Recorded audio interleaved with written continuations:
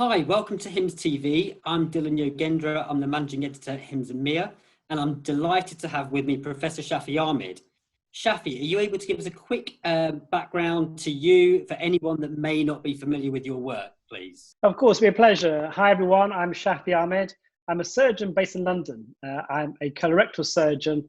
I spent the last 27 years working on cancer treatment.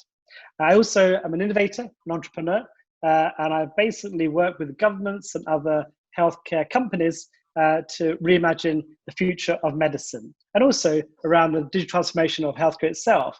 I'm also an educator, and I run a VR company, a VR education company with medical realities, who are creating the next generation of tools that will allow immersive learning to happen. And so, Shafi, I don't know if you can begin with giving a quick overview of what your understanding of user-driven innovation is, please. So we're living in amazing times. The last 3 months have shown us how much innovation is needed in the healthcare sector. We've catapulted a new world over the last 3 or 4 months due to the pandemic, of course.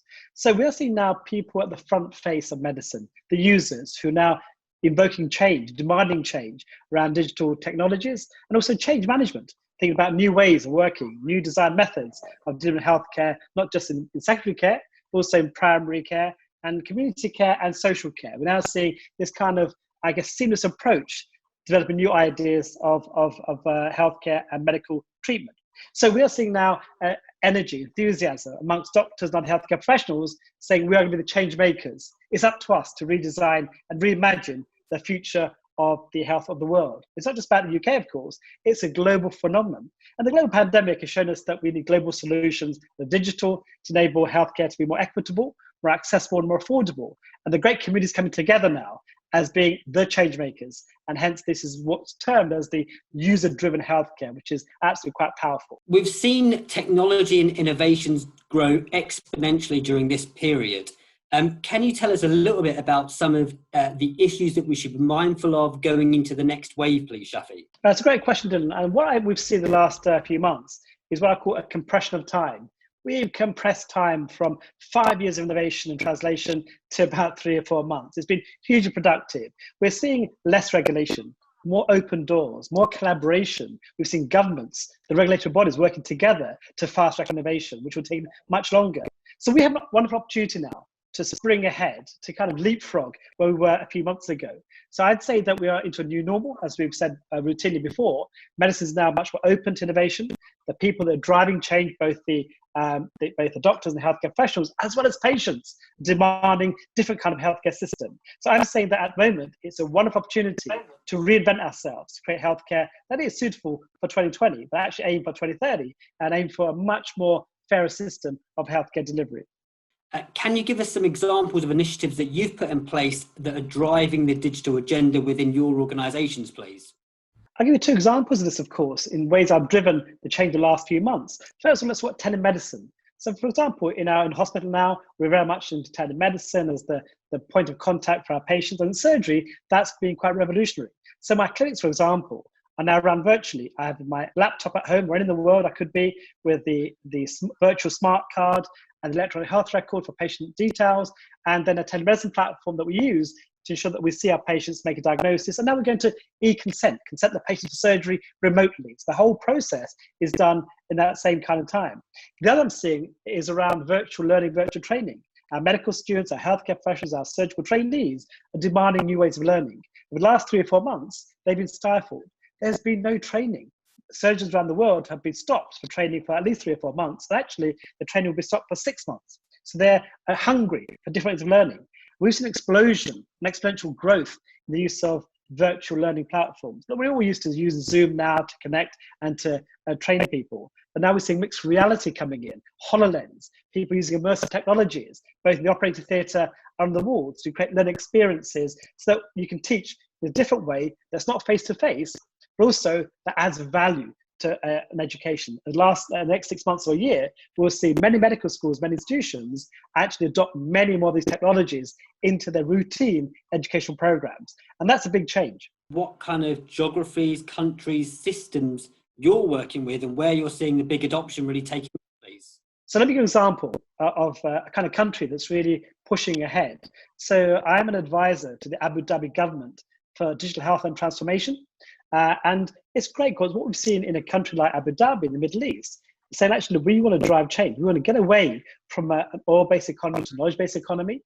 During the COVID pandemic, they've driven that change innovation quite hard. They've been invested with over $6 billion from the State Sovereign Fund to drive innovation across their 50 hospitals in Abu Dhabi. They've got central healthcare information exchange that's data-driven healthcare systems. And also they're saying, innovators around the world, come to us. We want the best innovators, best startups to support, to ensure that we drive digital health in our community. That's been a great experience. On the industry side, I've been working with Vodafone. Vodafone are a global telco company, and I'm the ambassador for connected health for Vodafone. Now their mission now is actually, how do we facilitate as a big company in terms of e-health, connecting people, allowing people to use our 5G connected services to allow a faster adoption of technology. We could talk about community care, telemedicine, or a connected ambulance, for example. So these are kind of relationships we're seeing build up and collaborations with the governments, with industry, that are going to be the fulcrum of the future of the design of healthcare that we're talking about. Yeah, we talk about patient-centered care. Where are you seeing representation of patients at board levels within organisations that you're working on? Is there any more we can do to put the patient more at the forefront of their care? So the patient can be at the very centre and heart of the conversation. And sadly, Dylan, we haven't seen enough of that over many years. There's been a bit more recently, but I think we still fall short of engaging our stakeholder, the most important person in the equation, which is the patient. What I'd like to see, of course, is every organisation put patients at the heart of their conversation. Yes, it could be a tech company. We could create a role for them. For example, a chief patient officer compared to a CMO or CEO. It's actually, how do we help support and drive that? Because we've actually taken patients for granted slightly. They are really quite, they really want to change. Take, for example, telemedicine. We'd assumed a year ago that you couldn't break bad news to a patient, for example, with cancer on telephone or through telemedicine. But now, routinely, we're engaging with patients on telemedicine.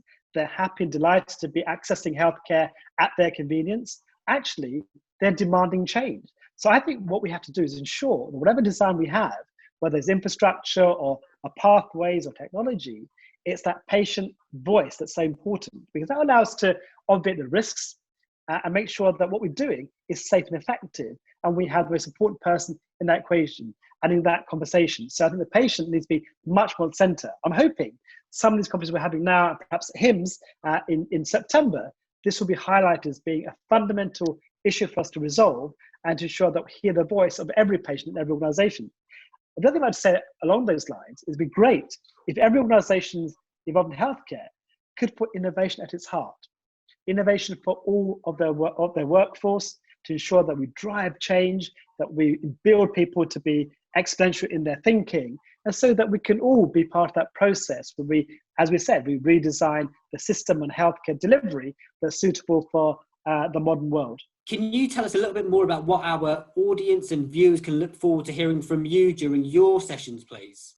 So I'll be setting out a kind of a theme and agenda around who are the change makers? How do we bring people into this new world that we're living in?